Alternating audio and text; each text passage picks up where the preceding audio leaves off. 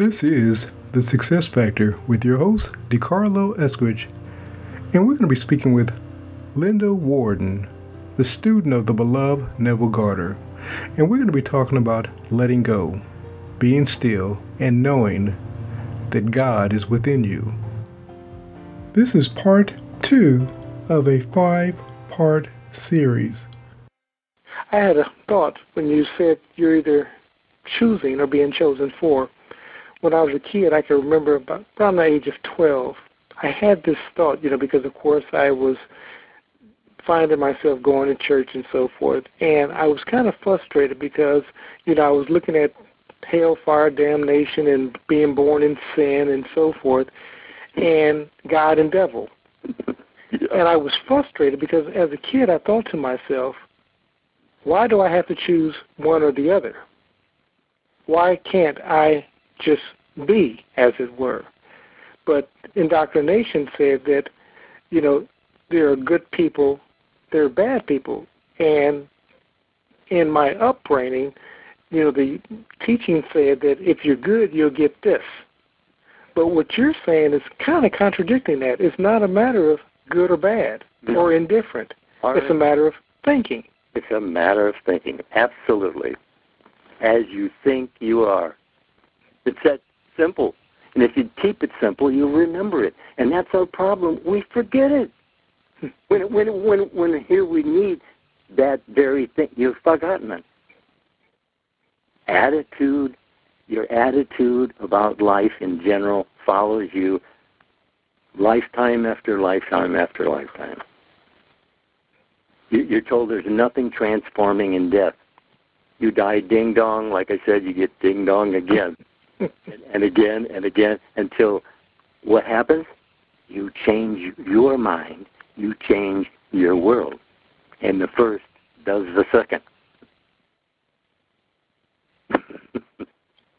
Now, if I was sitting there listening to our conversation and I was a fly on the wall, I would ask the question, you mean that I'm responsible for this bad marriage, for this low-paying job, for this illness that I'm dealing with? You mean that I'm responsible, that my thinking?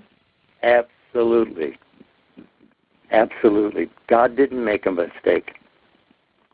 If there's a mistake made, I'm counting on Him, not you. You see, I was given choose this day. And I am choosing this day, aware or unaware, which, as I said, could be anything from uncomfortable to disastrous. But being aware, you know what you're doing, you know what you're being, and you know what you expect to be doing and being. And that's freedom. But it takes practice, because you hear something once and it bounces off of you. You hear it maybe 100 times and it's still bouncing off. But the point is that there's that one point where it's going to really saturate. And you're going to feel it throughout your body. Attitude. It's all an attitude.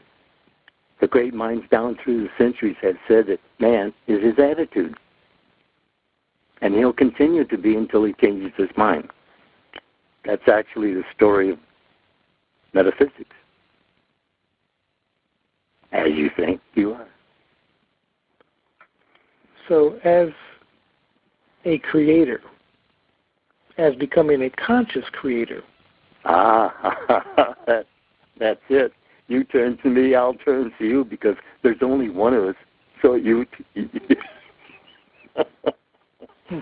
I and my Father are one, even as you and I are one. It's only the one turning. You were doing it this way, and now you're going to do it the other way. It's so super simple. It just seems to float by. And that's the problem, because it is simple. We've had a conversation in the past, but simple is not always easy, especially when ego's involved, when you feel like, oh yeah, that ego. There's got to be something I can do. wants to run the show. Really, that's what ego's purpose of being is, to run the show. And you can see it being run all the time. Awareness. So it sounds to me more so than that quiet place. What it allows is us to get into a place of becoming aware. That's it. Of that thinking, that error thought, for example, and realizing that, because see, so often in society and everything that we're being indoctrinated with is that it's something on the outside of us that's going to make us whole, that's going to make us successful, that's going to make us in a loving relationship. There's something outside as opposed to me thinking beginning to think that. Hey, guy goes to grade school, high school, college, university, and winds up on the street as you think you are. Very simple. And then someone with a little less than a third grade education becomes a master of many. Well, you see, it just all depends on where you're looking. Because, you see, you're going to be there. What you're thinking isn't falling into the past. It's being projected into our future. As you think you are. You're always thinking ahead of your evidence. And since you're the one thinking ahead of your evidence, then you can change it. You don't have to think that way because you did think that way. Right? I'm not stuck because of family of origin, or because of where I grew up, or because of my education. I'm not stuck there, is what you're saying. Unless it has your attention. Gotcha. If you let it go, it's gone. Because you have to think about it to keep it alive in your mind.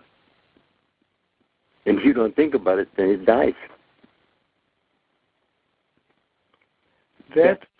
Your phrase of you're always thinking ahead of your evidence is powerful, but that's one of those phrases that if you're not careful will go right over your head and you'll miss it. It went over my head for years. It's a matter of repetition. I mean, how did you learn something in school? Repetition. And how are they psychologically grabbing your brain with a commercial on the TV? Repetition. Over and over. And you hear it and you're saying, oh, no. But you see, you still heard it. And it comes by the hearing of the ear. And you're supposed to be guarding that gate, that hearing of the ear, by examining what it is you're hearing and either taking or losing it immediately. And if you get in the habit of doing it, there's nothing to it. It's just it becomes natural. And you can do it. But if you don't do it, you're just asking for more of the same. Because if you don't change your mind, you don't change anything for you, or not desirable anyway. But there will always be changes because this is a world of ideas, attitudes, and change. I mean, that's what we're doing. We're changing our minds. We were conditioned from childhood on up to, the age of reason, whatever that is for the individual. And then you're supposed to start thinking for yourself. I mean, you hear it, but now you're gonna listen to it and you're gonna analyze it. Is this somewhere I want to go? Is this leading me where I want to go? And if it isn't, well, why listen to it? Listen to something that's leading you where you want to go. See, that's why you're told to not think only on things that are lovely and of good report. Because that's what you're going to experience. whatever you give your attention to. Yeah, well, that's right. Whatever has your attention has your life. You said something previously about losing it, and it made me think about the scripture that resist the devil and he will flee, draw nigh to God, and God will draw nigh to you. Yeah. If you can ignore him, what problem is he? It's you who's the problem. The devil only exists because you allow it. Mm. You tell him,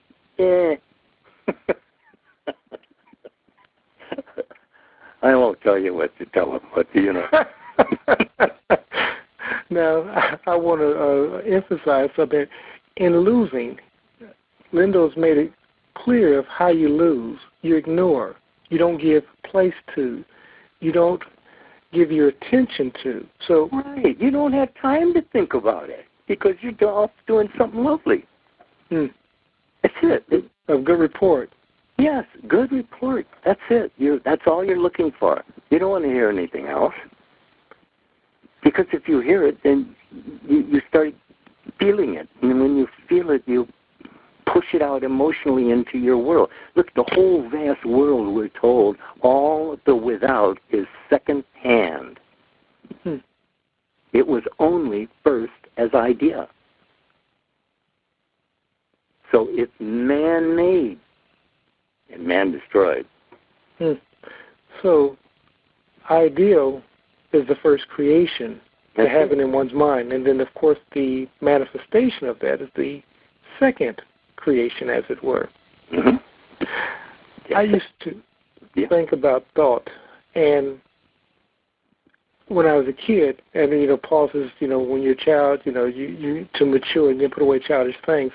As a child, I used to believe, and so many people still do today, but they believe that because we think a thought, that we own that thought. That thought must, since I've thought that thought, it's like the kid that is upset at school and decides that he's going to go and injure other people in that school because he had this thought. Now, he didn't have to own that thought, but he began to give that thought place, as you were stating about ignoring. We can have fleeing thoughts. Matter of fact, as you stated in one of our conversations previously, we have about 70,000 thoughts a day. That's right. That's right. That's right. But it's only the ones you grab onto. So you get to choose. Yeah. Yeah. You get a choice. Don't you understand that God gave man choice? Choice. Choose it or lose it. You don't really lose it, though. You just lose it in thought. And the choice. Yeah, go ahead, please. Yeah. He's always with you. So you can't lose anything except, now remember it. This is right. The choice, then, is in what we choose to think. That's right. Go ahead. Came to me, there was 3 young fellows came, and they were going to explain Jesus Christ to me. And he spouted off for a little while, and then I asked him, I said, may I ask you a question? He says, yes. I said, can you choose your next thought? And he looked at the other 2 guys, and they all looked at each other, and he says, well, yes, I can choose the next thought. I said, may I make a suggestion? Don't stop.